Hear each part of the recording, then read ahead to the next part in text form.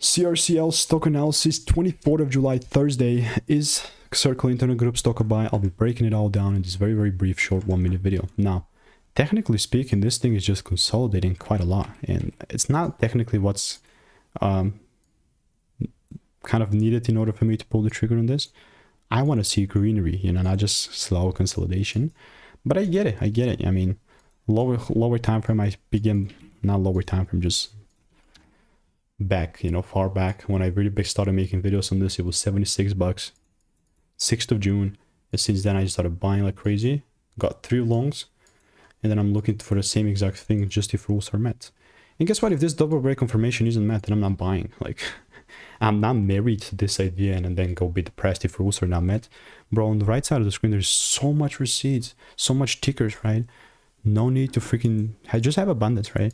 Now, not financial advice. If you want to get my money-making emails and insights for free, click the first link in the description, and I'll see you in the next one. Goodbye.